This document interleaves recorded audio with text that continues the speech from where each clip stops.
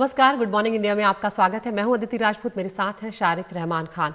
उत्तराखंड में आई तबाही में 24 लोगों के शव अब तक मिल चुके हैं और करीब 200 लोगों की तलाश अब भी की जा रही है। तबाही कितनी बड़ी थी और इसका नुकसान कितना हुआ है, ये भी अभी इसका आकलन साफ तौर पर किया नहीं जा सकता। लेकिन दो जो हाइड्रो पावर प्रोजेक्ट्स थे वो करीब करीब पूरी तरह तबाह हो गए। उत्तराखंड के मुख्यमंत्री त्रिवेंद्र सिंह रावत ने चमोली जिले का दौरा भी किया और उन्होंने कहा कि लोगों की जान बचाना हमारी पहली प्राथमिकता है। इस हादसे को लेकर कई थ्योरीज सामने आ रहे हैं। हम इस तबाही से जुड़ी सभी थ्योरीज के बारे में आपको सिलसिलेवार तरीके से बताने की कोशिश करते हैं। यह त्रिशला ग्लेशियर है। एक जो थ्योरी सबसे पुख्ता तौर पर सामने आ रही है कि एक बड़े बर्फ का टुकड़ा ग्लेशियर से गिरा, फिर यह बर्फ और मलबा संकरी घाटी में पहुंच गया। फिर उसने पुल को तोड़ा और पावर प्लांट को तबाह कर दिया। अलकनंदा नदी में पहुंचने से पहले उसने तपोवन एनटीपीसी प्लांट को भी तबाह कर दिया। यहां मलबा, पत्थर और चट्टान ने भारी तबाही मचाई। हादसे के बाद रविवार से ही राहत अभियान चलाया जा रहा है।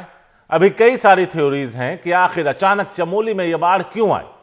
क्या हैंगिंग ग्लेशियर से ही ग्लेशियर टूटा है? यह बड़ा सवाल है। क्या इस वजह से अचानक जलस्तर बढ़ा और बाढ़ आ गई? क्या ये हिमस्खलन था जिस वजह से मलबा नदी में गिरा और बाढ़ आ गई? ऐसी बहुत सारी थ्योरीज है जो एक एक करके सामने आ रही है। एक और थ्योरी है कि क्या बादल फटा है। हालांकि ज्यादातर एक्सपर्ट्स का कहना है कि ऐसा होने की संभावना कम है क्योंकि कुछ दिन पहले बारिश हुई थी। आखिर क्या वजह है इस त्रासदी की? हिमस्खलन हुआ या कुछ और? क्या इस इलाके में क्लाइमेट चेंज का असर है? एक और बात सामने आ रही है कि आसपास जो प्रोजेक्ट्स हैं उसमें खनन हुआ हो या पहाड़ को ब्लास्ट कर हटाने की कोशिश हुई हो, जिस वजह से यह आपदा आई।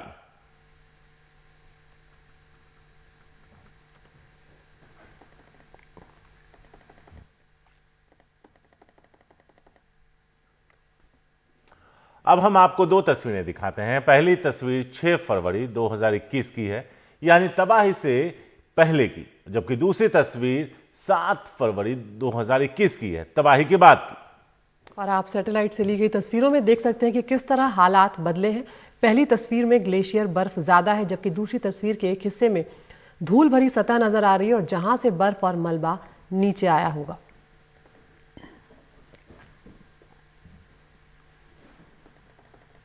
उत्तराखंड में ग्लेशियर फटने से आई बाढ़ के बाद सुरंग में फंसे 30 से ज्यादा लोगों को बचाने के लिए रविवार रात से ही अभियान जारी है। टनल के अंदर जेसीबी की मदद से बचाव टीम के जवान मलबा साफ कर मजदूरों तक पहुंचने की कोशिश कर रहे हैं। दिनेश मानसेरा हैं इस बारे में ज्यादा बात करने के लिए हमारे साथ कि रेस्क्यू ऑपरेशन कहां तक पहुंचा है, क्या उन जिंदगियों को बचाने में कामयाबी मिलेगी। दिनेश मानसेरा, आपसे मेरा एक ही सवाल था कि टनल बताया जा रहा है करीब 1.5 किलोमीटर लंबी है, उसके अंदर 37 जिंदगियां फंसी हैं, कहां तक पहुंचने में कामयाबी मिली है और क्या अंदर मौजूद उन लोगों से कोई संपर्क हो पाया है बचाव कर्मियों का? देखिए, अंदर जो मजदूर फंसे हैं उनसे संपर्क तो बराबर है, क्योंकि इनके जो वायरलेस सिस्टम है या वॉकी टॉकी सिस्टम से उन लोगों के साथ बातचीत बराबर है। और जो उस मजदूर जो फंसे हैं वो भी कोशिश है कि वो भी अंदरूनी तौर पर वो अपना मलबा साफ कर रहे हैं। जो इधर से आईटीबीपी के जवान और आर्मी के जो जवान हैं वो लोग इस टनल को खोलने की कोशिश कर रहे हैं। पहले तो जेसीबी मशीन लगा करके मलबा निकाला गया, अब उनकी कोशिश है पैदल और जा करके और कुछ मलबे को उस तरीके से हटा करके रास्ता बनाने की कोशिश की जा रही है। और जो हमारे पास रिपोर्ट है उसके हिसाब से ये कहा जा सकता है कि जो 1.5 किलोमीटर की टनल है उसमें करीब 1 किलोमीटर से ज्यादा का रास्ता जो है साफ कर लिया गया है। अब जो ये देखना है कि अगले 1-2 घंटे में के अंदर कितने सफाई और हो पाती है, और उम्मीद यही की जा रही है कि अगले 1-2 घंटे के अंदर ये रास्ता खुल जाएगा। और मुख्यमंत्री खुद रात से ही इस चीज की निगरानी कर रहे हैं, समीक्षा कर रहे हैं कि कितना काम हो गया, क्योंकि वो कल ही यहाँ पर शाम पहुंच गए थे और आज सुबह से लगातार मौके पे जा करके वो इन चीजों को देख रहे हैं कि कितना काम हो गया और कितना रह गया। क्योंकि करीब बताया जा रहा है कि 35 से 36 लोग उसके अंदर जो है फंसे हुए हैं और इस समय लगातार उसकी मॉनिटरिंग कर रहे हैं और उम्मीद की जा रही है कि 1-2 घंटे के भीतर कोई अच्छी खबर आएगी। जी शारिक जी, बहुत शुक्रिया दिनेश मानसेरा इस तमाम जानकारी के लिए आपका। तो जिस तरह से दिनेश मानसेरा बता रहे हैं कि उम्मीद कर रहे हैं कि 1 से 2 घंटे में अच्छी खबर आ सकती है। उम्मीद करते हैं सभी जो मजदूर उस टनल में फंसे हुए हैं वो सभी सुरक्षित बाहर निकल आए। बताया जा रहा है कि 1.5 किलोमीटर में से 1 किलोमीटर तक सफाई की जा चुकी है उस टनल की, तो बहुत ज़्यादा बचा नहीं है। बस इस बात पे नज़र रहेगी कि जब वो उन मजदूरों तक पहुंचते हैं तो उसमें से कितने सलामत हैं। और उत्तराखंड के मुख्यमंत्री त्रिवेंद्र सिंह रावत ने आज इलाके का हवाई सर्वे भी किया है, साथ ही अस्पताल भी पहुंचे हैं, जहां उन्होंने आईटीबीपी के जवानों से बातचीत की और जो बचाव अभियान चल रहा है उसके बारे में विस्तार से जानकारी ली।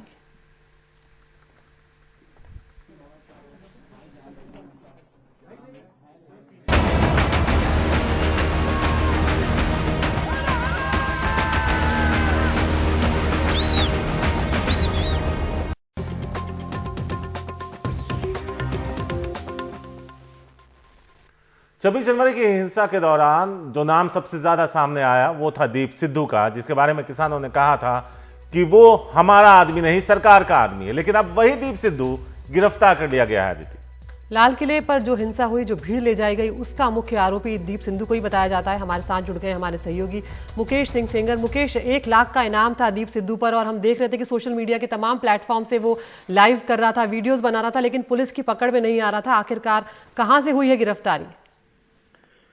देखिए, दीप सिद्धू को दिल्ली पुलिस की स्पेशल सेल ने गिरफ्तार कर लिया है। हालांकि कहां से गिरफ्तार किया है अभी ये बात साफ नहीं हुई है, लेकिन बीती रात उसे गिरफ्तार किया गया है।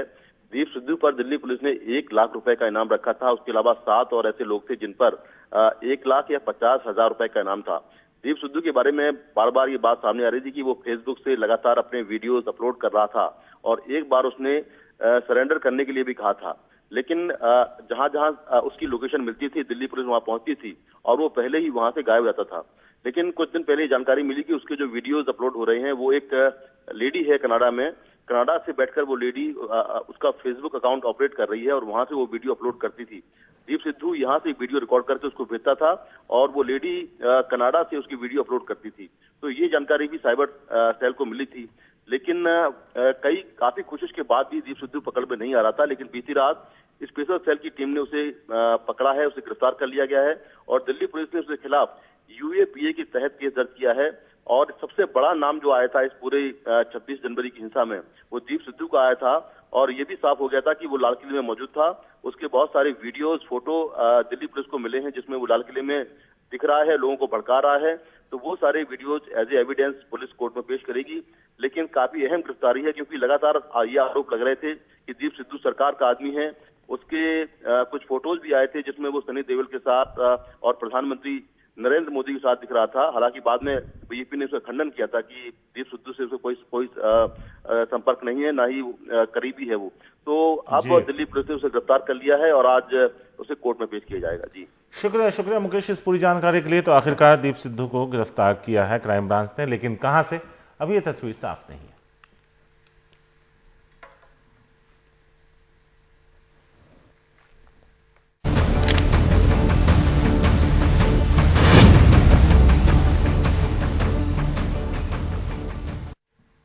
अब बिहार की बात करते हैं। आखिरकार आज कैबिनेट विस्तार होगा, दोपहर 12:30 बजे शपथ ग्रहण समारोह होगा। नई सरकार बनने के बाद कैबिनेट का विस्तार अब तक नहीं हो पाया था। माना जा रहा है कि अब बीजेपी और जेडीयू के बीच मंत्रियों की संख्या पर सहमति बन गई है। मनीष कुमार है हमारे वरिष्ठ सहयोगी इस बारे में ज्यादा बात करने के लिए। सीधे उनके पास चलते हैं, उनसे जानते हैं, उनसे समझते हैं कौन कौन से नाम हैं जो अब सामने आ रहे हैं। मनीष। सारिक, पहले मैं बता दूं कि जो मंत्रिमंडल है उसमें किसके पास कितने विभाग होंगे और किस दल के कितने मंत्री होंगे, ये जब सरकार का गठन हो रहा था 16 नवंबर को तभी तय हो गया था। लेकिन आज 85 दिनों तक इस मंत्रिमंडल का विस्तार इसलिए नहीं हो पाया था कि बीजेपी अपनी तरफ से जो मंत्रियों की संभावित जो सूची है विधायकों की वो नहीं दे पाई थी। जहां तक लिस्ट का सवाल है तो जनता दल यूनाइटेड की तरफ से नीतीश कुमार की तरफ से जो लिस्ट है उसमें पुराने चेहरे जैसे श्रवण कुमार जो नालंदा से आते हैं, 1995 से विधायक हैं और जब से एनडीए की सरकार बनी है हर मंत्रिमंडल में वो मंत्री रहे हैं, उनको एक बार फिर से मंत्रिमंडल में शामिल किया जा रहा है। इसके अलावा संजय झा हैं जो विधान पार्षद हैं जनता दल यूनाइटेड के और पिछली सरकार में भी वो सिंचाई मंत्री थे। हाँ सारिक बताइए। मनीष, ये नाम तो वो हैं जो राज्य स्तर के हैं। मेरा सवाल आपसे ये था कि शहनवाज हुसैन के नाम की चर्चा है, उनका मंत्री बनना तय है, लेकिन उन्हें मंत्रालय कौन सा मिलेगा? क्योंकि 2 उप मुख्यमंत्री बीजेपी की तरफ से हैं, जो काफी कनिष्ठ रहे होंगे उनके। ऐसे में उनकी जो पोजीशन होगी वो कितनी स्ट्रांग होगी या कितनी ऑकवर्ड होगी, जरा उस पर रोशनी डालिए। सारिक, मैं जनता दल यूनाइटेड के बाद बीजेपी की सूची पर अभी आने ही वाला था कि आपने टोका है तो मैं बता दूं कि भाजपा की तरफ से जो सबसे बड़ा नाम है वो शाहनवाज हुसैन का है। केंद्र में मंत्री रहे, कैबिनेट स्तर के मंत्री, इंडिपेंडेंट चार्ज था उनको, लेकिन उसके बाद उन्हें राज्य में मंत्री मंडल में शामिल किया जा रहा है। पार्टी का निर्देश है तो उनके पास कोई दूसरा विकल्प नहीं है। लेकिन हाँ, वो उप मुख्यमंत्रियों की श्रेणी में नहीं होंगे। उनसे सीनियर जो है पार्टी के जो दो विधायक रेणु देवी और तारकिशोर प्रसाद, जिन्होंने पहले ही वो उप मुख्यमंत्री पद की शपथ ले ली है, तो वो दोनों उनसे सीनियर होंगे। हाँ, जहाँ तक उनके विभाग का सवाल है, निश्चित रूप से पार्टी की तरफ से अभी तक दावा किया जा रहा है कि उनकी प्रतिष्ठा को उसमें ध्यान रखा जाएगा। लेकिन जो बीजेपी की सूची है उसमें अधिकांश नए नाम हैं और वो चौंकाने वाले नाम हैं। लेकिन एक बात तय है कि जो अभी तक सुशील मोदी, नंद किशोर यादव का जो युग चला आ रहा था, जो जिनका वर्चस्व था पार्टी के ऊपर, वो युग जो है वो खत्म हो रहा है, क्योंकि नंद किशोर यादव या प्रेम कुमार का नाम नहीं है। अधिकांश ऐसे नाम हैं, जैसे जनक चमार, वो पूर्व सांसद रहे हैं गोपालगंज से, उन्हें मंत्रिमंडल में शामिल किया जा रहा है। माना जा रहा है कि राज्यपाल कोटे से उन्हें मनोनीत किया जाएगा। वैसे ही नीतीश मिश्रा को जगह ना देकर संजीव रंजन हैं, जो सहरसा से विधायक चुने गए हैं, दूसरी बार विधायक चुने गए हैं, उन्हें मौका मिल रहा है। और इसके अलावा भी जो नाम है, जैसे सुभाष सिंह हैं, वो गोपालगंज से 2005 से जीतते आ रहे हैं, तो इस बार उन्हें मौका मिल रहा है। तो बीजेपी की तरफ से सारी यही कोशिश है कि अधिकांश नए चेहरों को जगह दी जाए। हालांकि सम्राट चौधरी, जो पूर्व में भी मंत्री रहे हैं, तो उन्हें एक बार फिर से मौका मिला है। उनके बारे में कहा जा रहा था कि काफ़ी ऑब्जेक्शन है, लेकिन हाँ, कुशवाहा जाति से आते हैं। तो जो बीजेपी हो या जेडीयू, दोनों ने अपने सामाजिक संतुलन को बरकरार रखने के लिए या उनमें सामंजस्य बनाते हुए उन्होंने नए नामों को फाइनलाइज किया है। सारिक जी, मनीष, यहाँ पर ये भी आपसे जानना चाहेंगे, आपने कहा बीजेपी ने कई नए नामों को उतारा है। बीजेपी जेडीयू की खींचतान लगातार हम देख रहे हैं, पहले भी चलती आई, अभी भी चल रही है। लेकिन क्या पार्टियों में अपनी अपनी आपसी खटपट भी बहुत बड़ी वजह रही है मंत्रिमंडल विस्तार में देरी की? नहीं, मंत्रिमंडल विस्तार के विलंब का एकमात्र कारण यही था कि बीजेपी किन किन चेहरों को मौका देना है, इस बारे में बीजेपी का जो आला कमान है। देखिए, ये जो सबसे बड़ी बात यह है कि 16 नवंबर को जब से सरकार बनी है अदिति, तो ये जो सरकार बनी है, तो अब तक एक बिहार बीजेपी के बारे में कहा जा रहा था कि वो ऑटोनोमस यूनिट की तरह काम करती थी। सुशील मोदी का कद काफ़ी ऊंचा था। सुशील मोदी हो, नंद किशोर यादव हो या प्रेम कुमार, इनकी तूती बोलती थी। तो वो एक तरह का जनरेशनल ब्रेक इस बार दिया है। जो दो उप मुख्यमंत्री तारकिशोर प्रसाद इस बार मैं आपको बता दूं वो कितने महत्वपूर्ण हो गए हैं कि कल अपने बीजेपी के कोटे के जो मंत्री, जिनको मंत्री बनना था, तो वो कॉल उनकी तरफ से जा रहा था, वो उस भूमिका में थे। तो आप कह सकते हैं कि एक जनरेशनल शिफ्ट हुआ है बीजेपी के अंदर। और आज भी जैसे नितिन नवीन 4 बार पटना बांकीपुर विधानसभा क्षेत्र का प्रतिनिधित्व किया है, उनको मौका मिल रहा है। तो बीजेपी ने एक तरह से आप कह सकते हैं कि नए चेहरों को जो है, नए, लेकिन जो पुराने विधायक रहे हैं, जो 3 से 4 टन विधायक रहे हैं, वैसे लोगों को ज्यादा वेटेज दी है। शुक्रिया मनीष, बेहतरीन तरीके से हर नाम का विश्लेषण करने का और पार्टी स्तर पर किसको क्यों बनाया जा रहा है वो बताने के लिए। वापस हम लौटेंगे आपके पास जब 12:30 बजे ये शपथ ग्रहण समारोह होगा। शुक्रिया।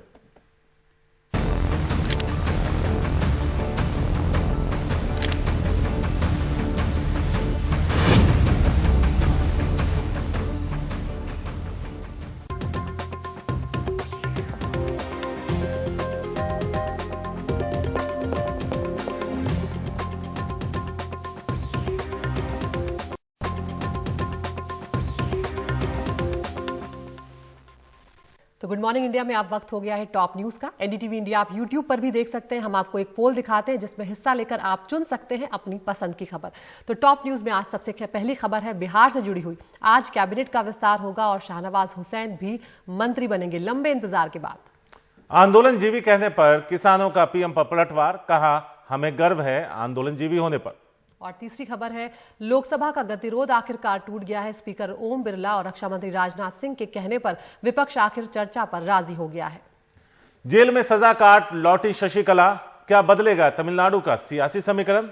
और पांचवी खबर है उत्तराखंड से जुड़ी हुई। उत्तराखंड की त्रासदी में एक फोन कॉल ने बचाई 12 जिंदगियां। तो अब हम चाहते हैं कि आप एनडीटीवी इंडिया के यूट्यूब चैनल पर जाइए, पोल में हिस्सा लीजिए, हमें बताइए कौन सी खबर आप विस्तार से देखना चाहते हैं। वो खबर हम दिन भर एनडीटीवी इंडिया पर लेकर आते रहेंगे। फिलहाल गुड मॉर्निंग इंडिया में इतना ही। हमें दीजिए इजाजत। नमस्कार।